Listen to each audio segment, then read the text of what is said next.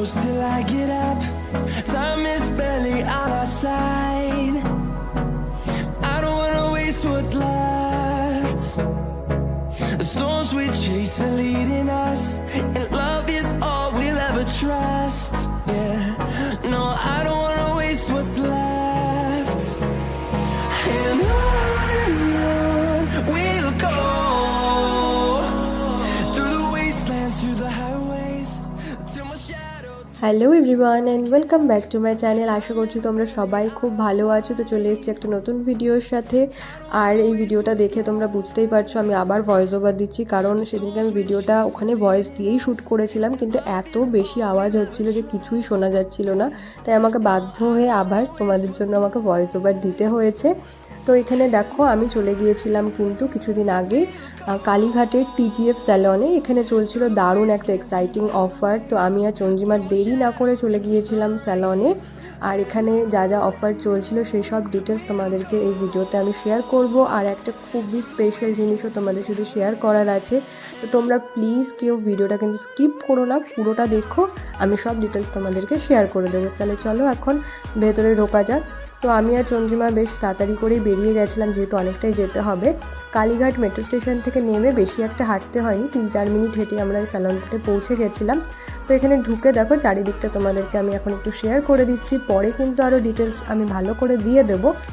তো এখানে ঢুকে চঞ্জিমার আমাকে একটা ছোট্ট নিজেদের ডিটেলস শেয়ার করতে হয়েছিল, মানে নাম, ফোন নাম্বার, মেল আইডি, এগুলো জাস্ট একটু দিতে হয়েছিল।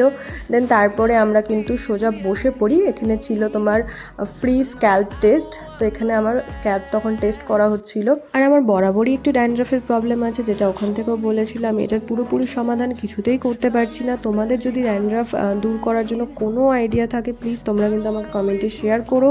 আর যেহেতু আমরা এখানে দুজনেই করবো, সেই জন্য আমাকে বসানো হয় manicure, pedicure, hand polishing, foot পলিশিংয়ের জন্য। আর চঞ্জিমাকে ওইদিকে হেয়ার ওয়াশের জন্য বসানো হয়েছিল।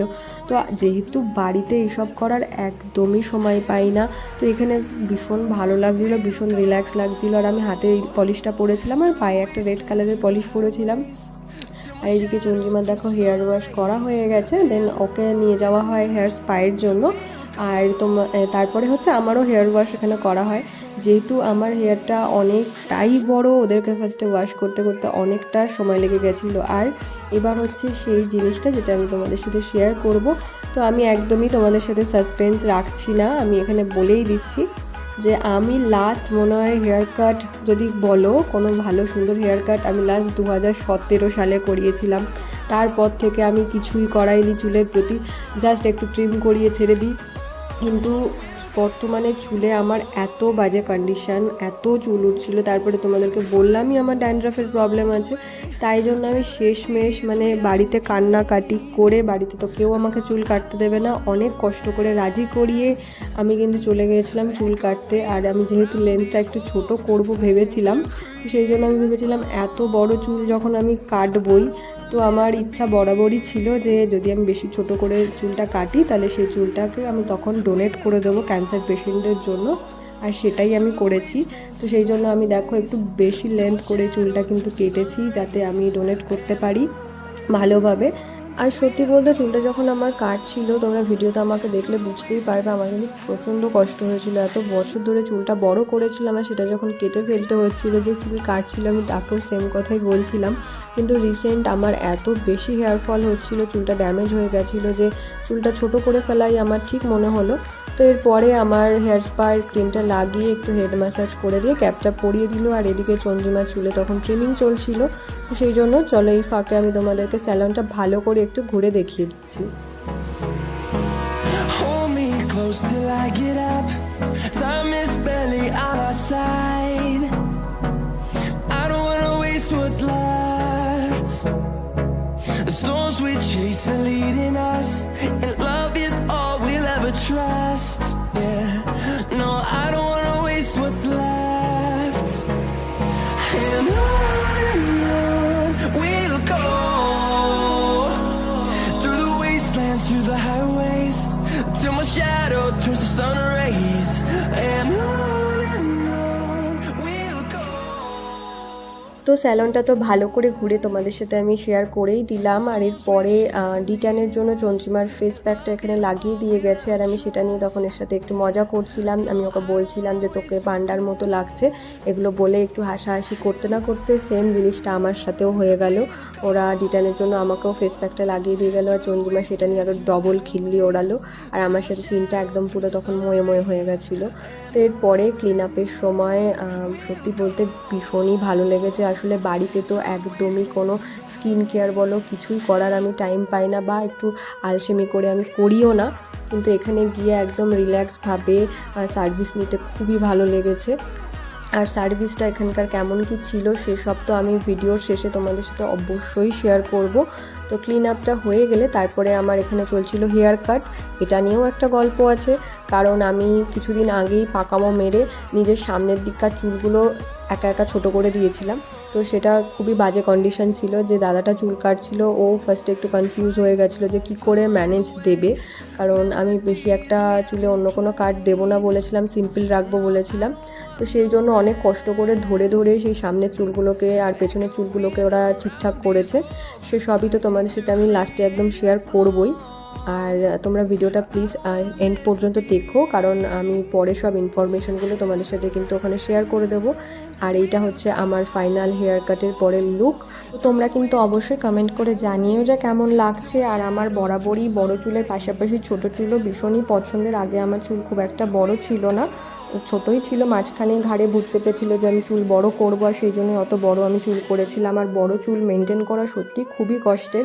তো তোমরা যারা আমার ভিডিও দেখো, আমাকে বড় চুলে দেখেছো, তো তোমরা কিন্তু অবশ্যই আমাকে জানিও যে চুলটা ছোট করে এখন আমাকে কেমন লাগছে। তো সেদিনকে যেহেতু অনেকটাই ফিরতে ফিরতে লেট হয়ে গিয়েছিল, তাড়াতাড়ি করে ট্রেনটা ধরতে হবে, তাই ক্যাব বুক করে সোজা চলে যাই স্টেশনের দিকে। আর চঞ্জিমা এরকম ম্যাচিং পান্ডা ইয়ারিংস আমাদের জন্য কিনেছিল, সেটা তোমাদের সাথে শেয়ার করলাম। আর সেদিনকার কিছু ছবিও আমি তোমাদের সাথে এখন শেয়ার করে দিচ্ছি।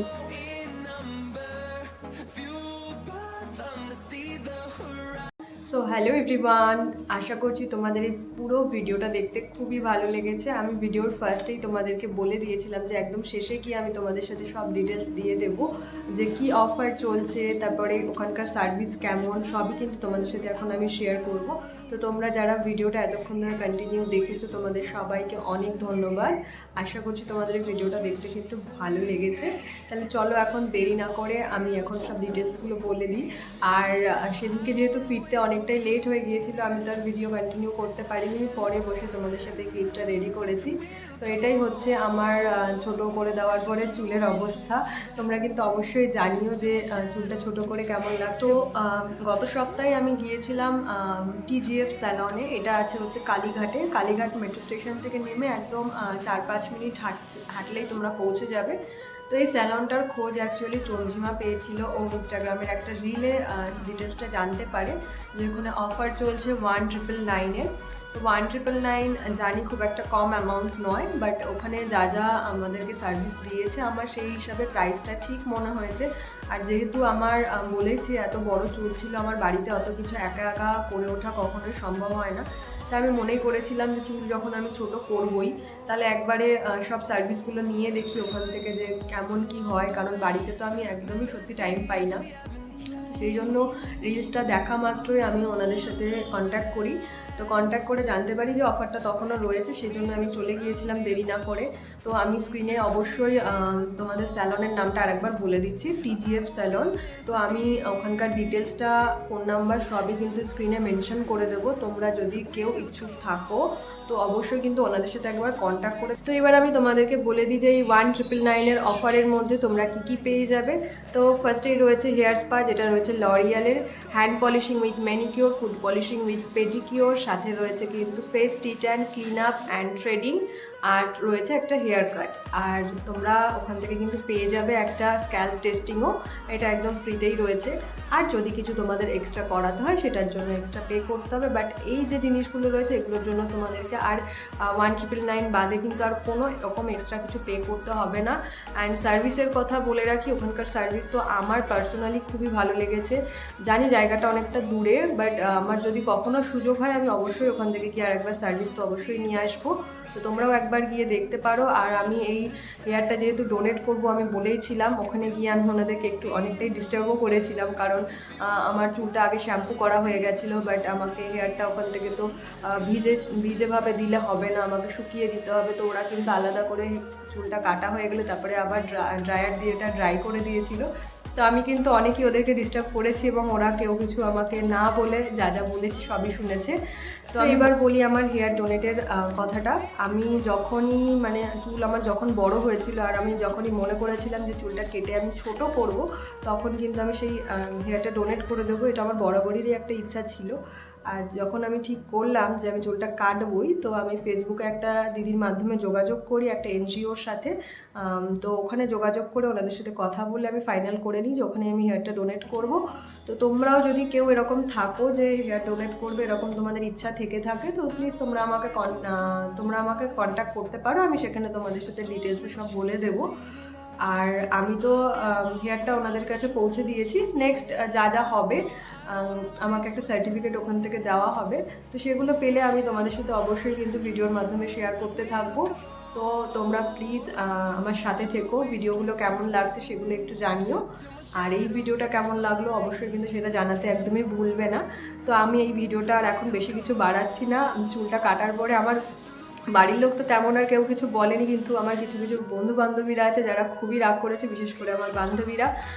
ওরা আর কি মেনেই নিতে পারছে না আমি এত বড় চুল কেন কেটে দিলাম। কিন্তু সত্যি কথা বলতে অত বড় চুল আমি একদমই মেনটেন করতে পারছিলাম না, টাইম দিতে পারছিলাম না, ফলে প্রচুর চুল উঠছিল। আর যেটা কিনা দেখে আমার আরও বেশি মন খারাপ হতো। আমি রোজ মাকে বলতাম যে আর ভালো লাগছে না, চুল কেটেই ফেলবো।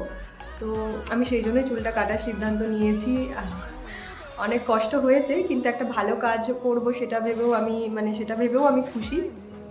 তো এটুকুই বাস আমার বলার। আর এই ভিডিওটা ভালো লাগলে কিন্তু অবশ্যই একটা লাইক, কমেন্ট আর ভিডিওটাকে একটু শেয়ার করে দিও। তাহলে এখন আর বেশি কিছু না বলে ভিডিওটাকে এখানে এন্ড করছি। চলো টাটা।